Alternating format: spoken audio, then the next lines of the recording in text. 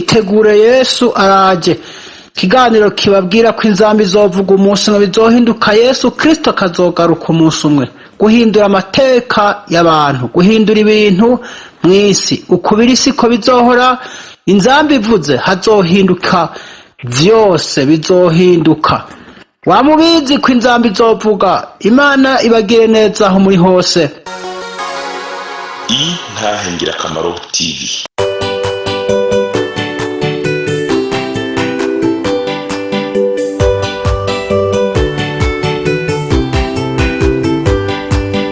Umwami Yesu arindeze niwatanga amajambo, umunyabyaha ngo renguka umva iby'ubugingo, atugirira ubuntu akatwiyegereza, amajambo meza cyane yo kunera umunezero,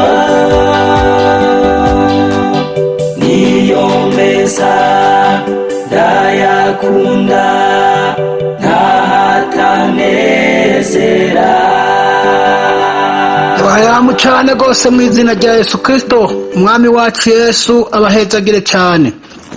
Muri kumwe na Albert sagada bategwa cyayiganiro Itegure Yesu Araje, ikiganiro kibabwira ko inzamba izovuga umunsi umwe bizohinduka, Yesu Kristo akazogaruka umunsi umwe guhindura amateka y'abantu, guhindura ibintu mw'isi. Ukubira isi ko bizohora, inzamba ivuze hazohinduka vyose, bizohinduka. Wamubizi ko inzamba izovuga. Imana ibagire neza aho muri hose. Dusome rero amajambo y'Imana. Imana ashyize mu mutima wanje uyu munsi mu Bikorinto ba kabiri igice ca 4 ku murongo wa 16. Nico gituma dutihebura, ariko naho umuntu wacu kuruko bari karabura, umuntu wacu w'imbere y'amahinduka musha uko bukeye, kuko amarushwa yacu ahawutse akanya ka none yiyongerarije cyane kudushikiriza ubwiza buremereye bw'ibihe bitazoshira. Natwe ntituraba kubiboneka, ariko turako bitaboneka, kuko iboneka ari iby'igihe gito, ariko ibitaboneka akaba ari iby'ibihe bidashira. Amen. N'aya majambo y'Imana, ijambo Pawulo yavuze ko amarushwa yacu ari igihe gito. Nshuti mukundwa, amarushwa y'isi n'ay'igihe gito. N'iri jambo amarushwa naho yongereranya agutere gukumbura ubwiza bw'Imana, agutere gukumbura ubwiza bw'ibihe bidashira. Amarusha ucamwo, ibibazo ucamwo, intambara ucamwo, amageragezwa ucamwo, agukumbuze gushikira ubwiza bw'Imana budashira. Yesu Kristo abahezagire. Kandi Yesu yatubwiye ati amarushwa yanyu azogwira, azoba menshi. Kandi amarushwa yatogeruwe naye Imana itagira ikigo ngo yageruwe, nta borokotse benshi kubw'abo urukundo rw'Imana. Amarushwa Imana yayageruye. Hano muri Matayo 24 haravuga ibi byerekana kugaruka kwa Yesu Kristo.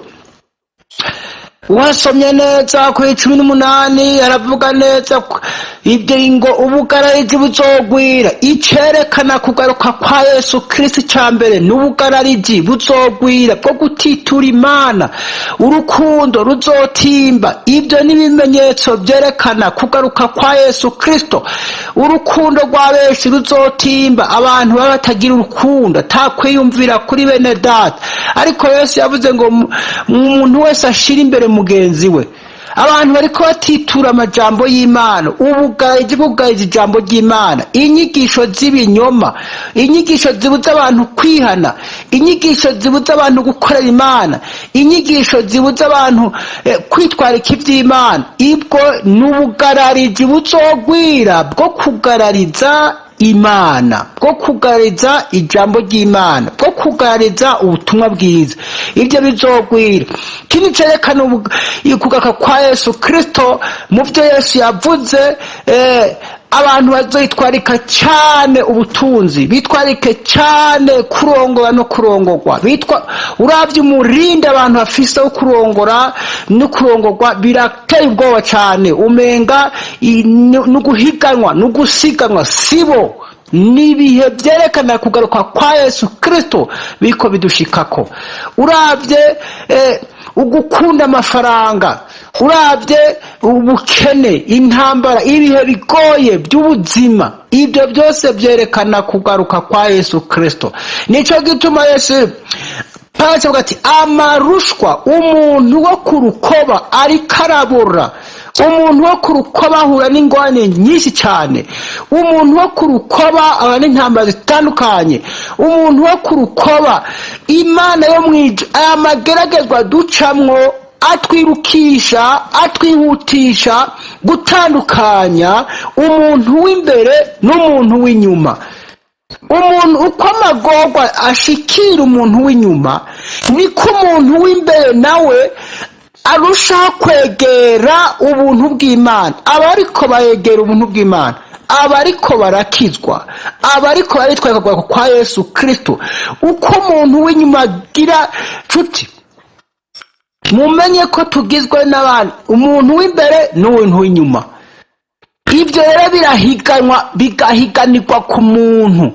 Mu bigize umuntu birahiganwa. Umuntu w'inyuma ibimuranga ni kamere y'umubiri, ni kamere y'ibyifuzo, ni kamere y'ugukunda iby'isi, ni kamere y'umunoho w'iby'isi, ni kamere y'uguhimbagwa n'iby'isi. Umuntu w'imbere nawe anezerwa n'iby'ijuru, anezerwa no kuva mu isi, anezerwa no kubana n'Imana. Umuntu w'imbere nawe rero, iyo rero muri ibi hagize kimwe kinesha ikindi, nico gica cyitwara aho kihagaze.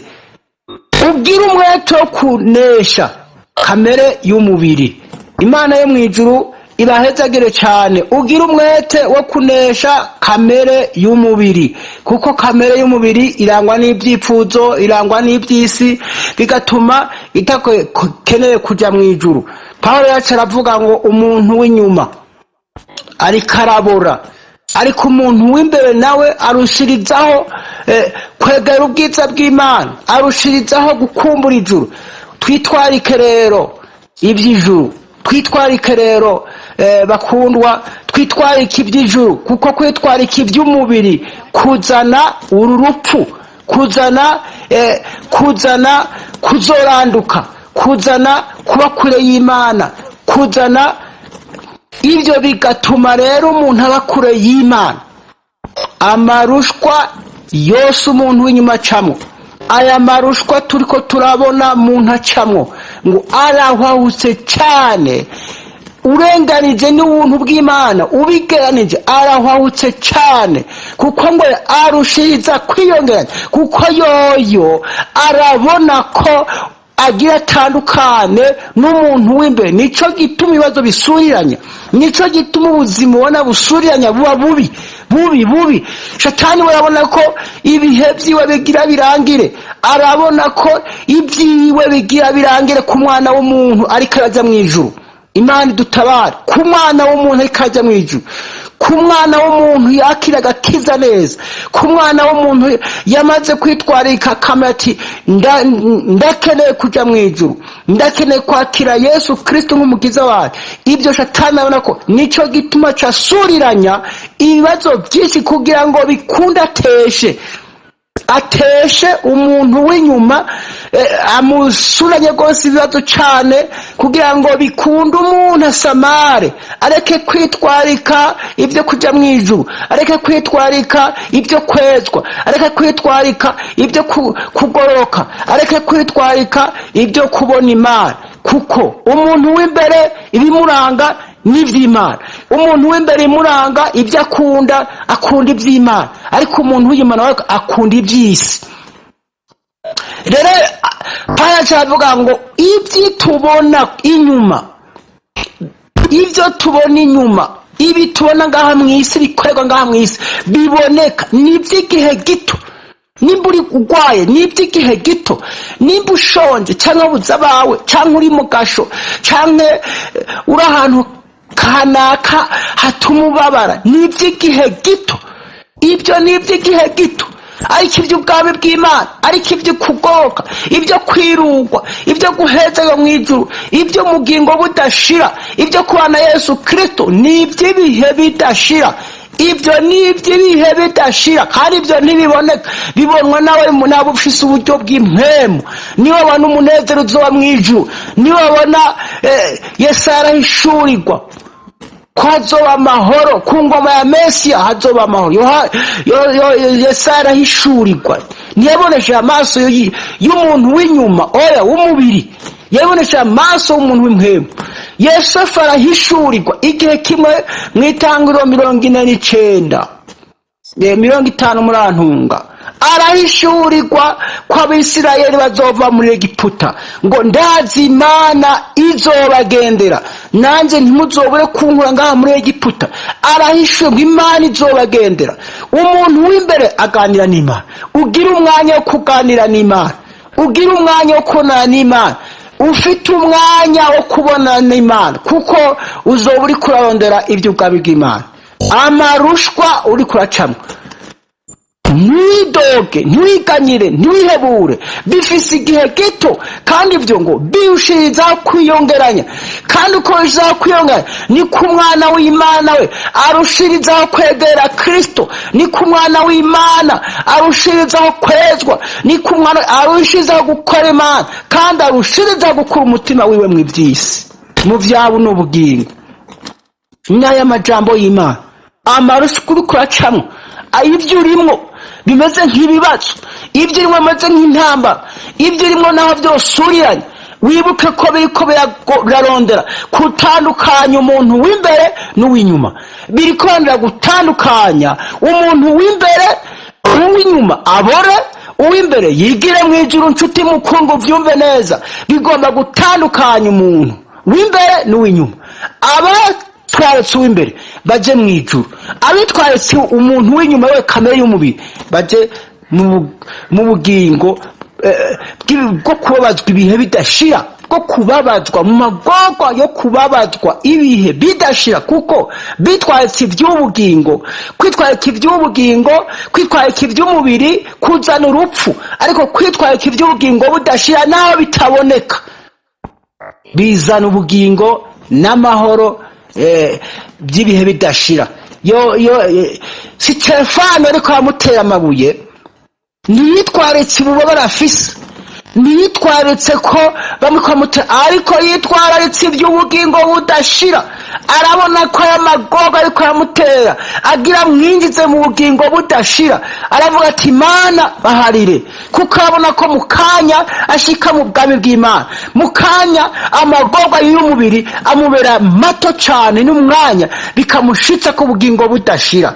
Ba Daniyeli bemeye guca mu magorwa, bemeye guca mu bibazo, abantu ba kera, abakozi b'Imana ba kera, bemeye guca mu magorwa ngo isi ntiyayobeye ko bayibamwo, bayera amashamba, bamwe bariwe n'intambwe, abandi bakerwa amazosi, abandi baronse amagorwa menshi cyane. Mugabo ibyo byabashikanye ku bugingo budashira, ibyo byabaye inzira bacamwo kugira ngo bashike mu bugingo bw'ibihe bidashira, bibiza mu bwami bw'Imana.